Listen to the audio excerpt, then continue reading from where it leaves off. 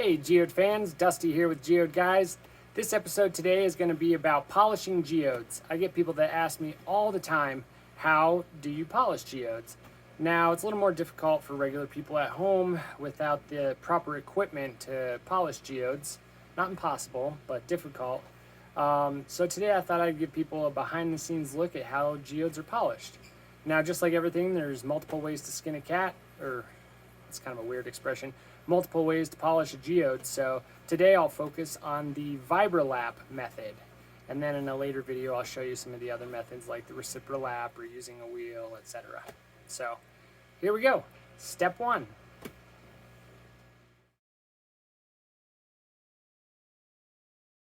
So before we throw the geodes on the lap, there's a couple things we need to do first. And very first and foremost is weighting them. So right here, I'm going to find a proper weight to put on top of this geode. And the purpose behind this is it will ensure that all edges are pressing down on the Vibra-lap, and at the same time it actually makes the process go a lot faster. They usually recommend about 1 pound of weight per every inch of diameter of whatever it is that you're trying to polish.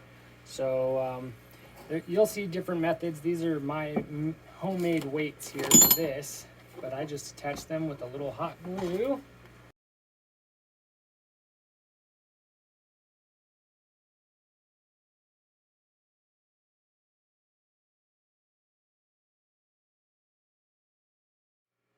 Now, it's not 100% necessary to weight whatever it is you're trying to polish, but I highly recommend it as it cuts down on the time and ensures that all sides polish evenly.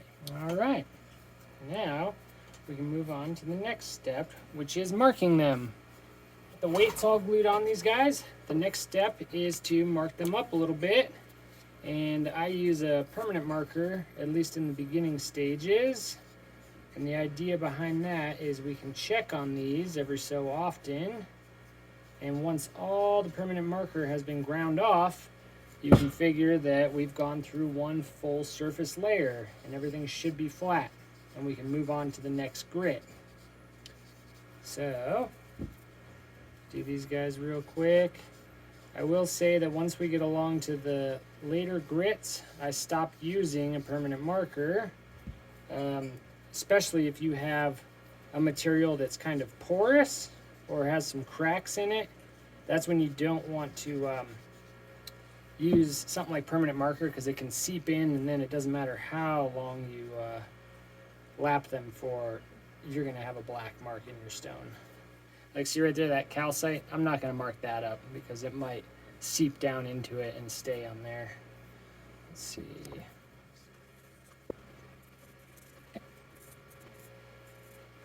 Okay, I think we're finally ready to put these guys on the lap. So let's head over there. Okay, here we are at the Vibra-lap. As you can see, I've got all of them on here, including a few extras. Because you want to keep this thing at least 2/3 full to keep them all pushing each other around. Otherwise, what will happen a lot of times is they'll all congregate in the middle, and you'll start to dish your pan where it kind of hollows out on the bottom, and then they'll always go to the middle. In fact, I've had that happen to this one a little bit and another one. One way you can avoid that is by not doing what I'm doing right now and starting with a really low grit like 90. A lot of times you can start at 120, which just takes a little bit longer, but it's not as hard on your aluminum pan. So you want to make yours last as long as possible. Don't do like I'm doing, but this definitely takes off some of the time. Okay, so what we'll do is I'm going to start with one big, this is larger than a tablespoon here. Start with this, and then I'm going to add grit as we go, as it starts to grind it down. This first stage is going to take a few hours for sure. So, all right, let's add us a little water.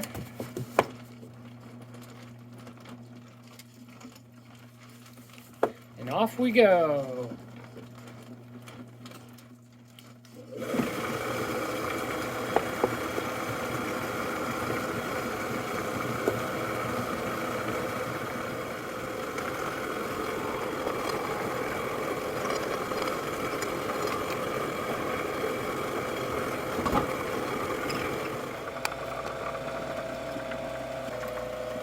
Okay, so after hours of going round and round,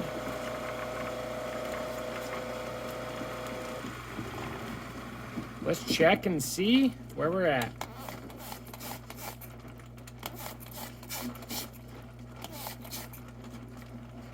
Looks like all of our markers gone.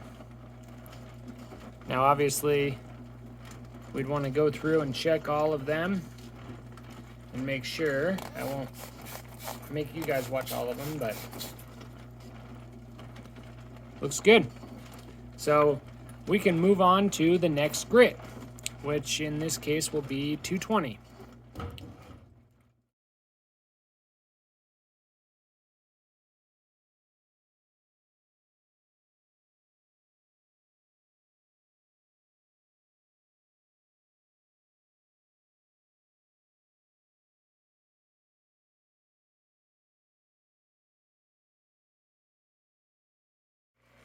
Okay, here we go. We're about to start the second grit stage, which is 220 grit in my case. And you'll notice a couple things are different. Now that we're getting to higher up stages where I care more about the bottom and it getting scratched, I've added in some bumpers so these guys don't bang against each other as much. And I also put in an outer ring right there so they don't hit up against the metal. That first stage, it doesn't really matter if stuff gets knocked off into the pan because it's really coarse grit. And so it's not like it's going to scratch up your geode. So that's why we've got all this here. So here we go. Put some of my grit in here. Let these guys start going around. And then I'll add a little more. Obviously we got to put some water in. And like I said, I usually start out with like one really big tablespoon, maybe two, and then add it as we go because it's going to grind through this stuff pretty quick. So in like an hour, I can add more. Now I'm not sure that my table is completely level, which is why I don't get the perfect spinning action, but you get the idea. Okay, here we go.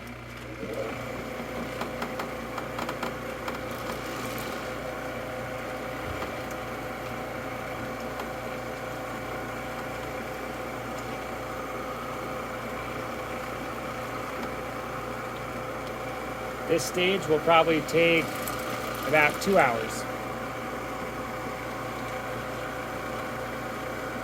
And you don't want to put too much water in where it's splashing all over the place.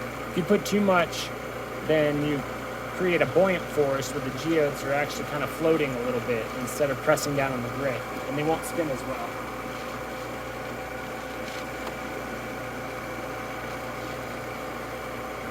Really, if you're doing everything right, they should all look like these guys right here, going round and spinning in circles.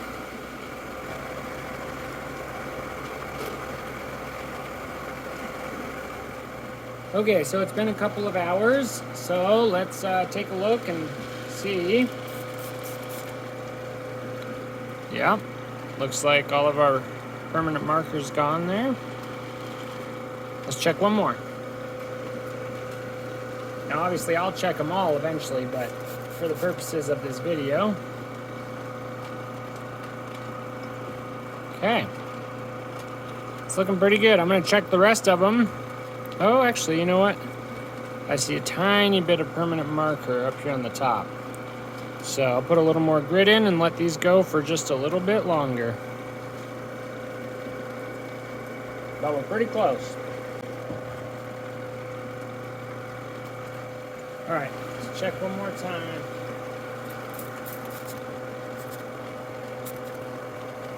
Okay.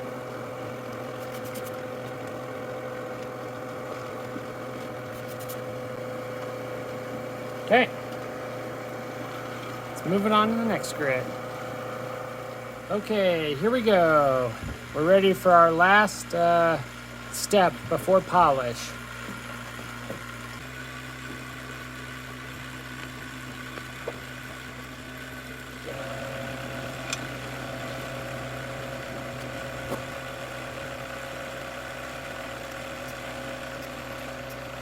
Okay, Geode fans, we finished our last pre-polish step at 600 grit on the Vibra-lap, and I went and looked through all of our geodes, and all the permanent marker was gone.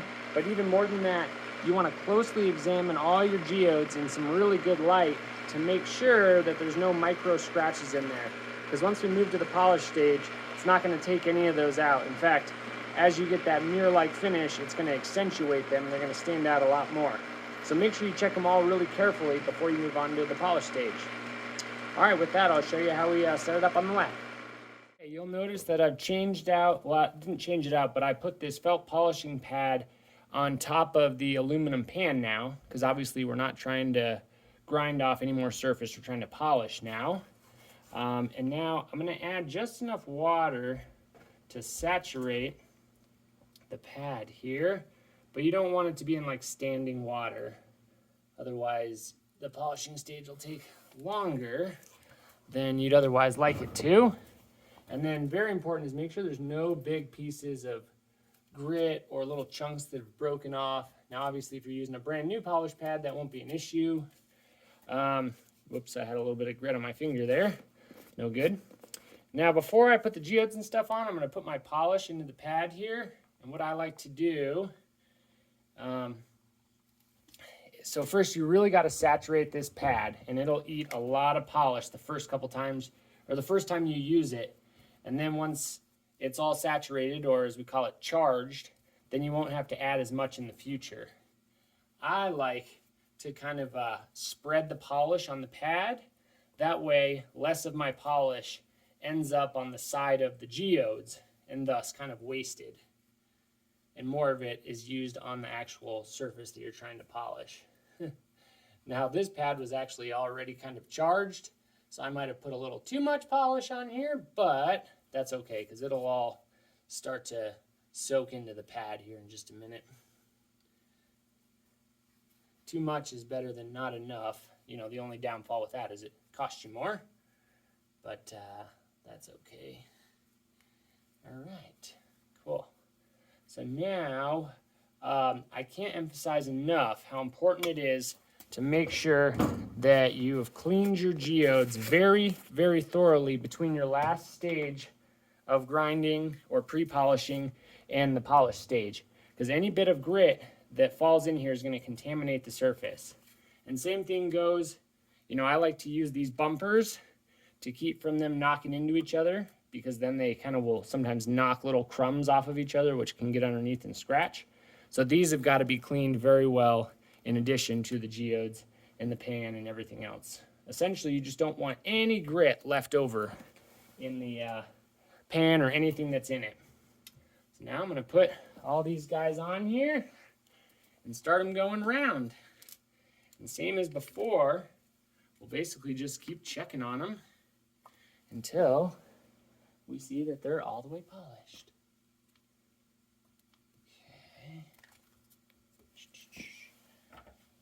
Okay. Oh yeah, and some of you are probably wondering which polish to use or which polish I'm using. I'm a big fan of tin oxide for the stuff that I polish, which is mostly hard things like geode, agate, thunderegg, agatized coral. I've found that tin oxide works really well. Now, it is one of the more expensive polishes, which is why other people might have other ones that they like to go with. Cerium is another really popular one for hard stones. Then there's, you know, Lind A, there's aluminum oxide, there's all sorts of crazy ones, but through trial and error, I have actually come to like the tin oxide as my best all around. Ooh, right as I picked this one up, its weight came off. So we'll rinse it off and put it on there in just a minute. So, get you guys covered. Okay. Now we can start these guys on the merry-go-round. I know that I don't have one on this guy here, but seeing how all the other ones are protected, he should be all right. And maybe I'll add one here in just a minute. So here we go. Now they're going to go round and round, and this will probably take a couple of hours. We'll check them every so often and see what the polish is looking like. So, stay tuned.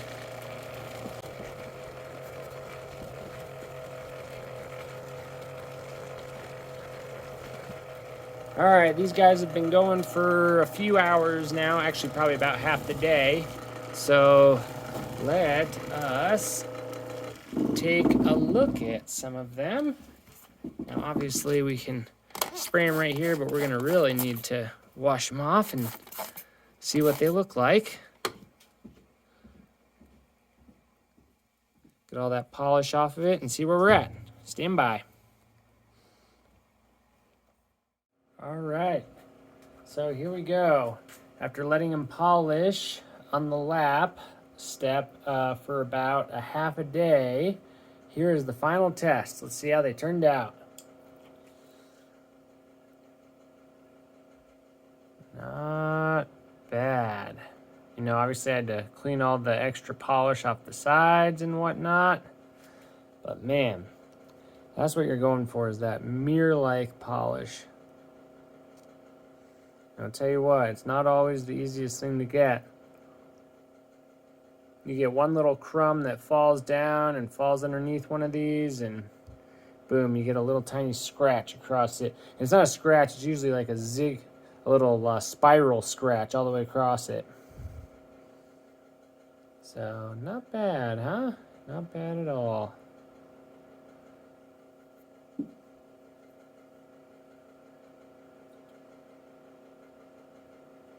Beautiful. Look at that pagoda calcite. That thing's incredible. The agate on this smoky quartz, or actually amethyst, I think. Just beautiful.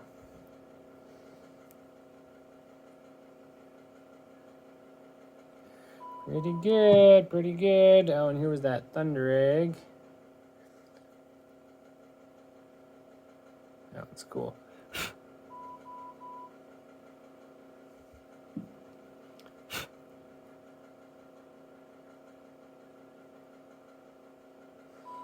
Awesome.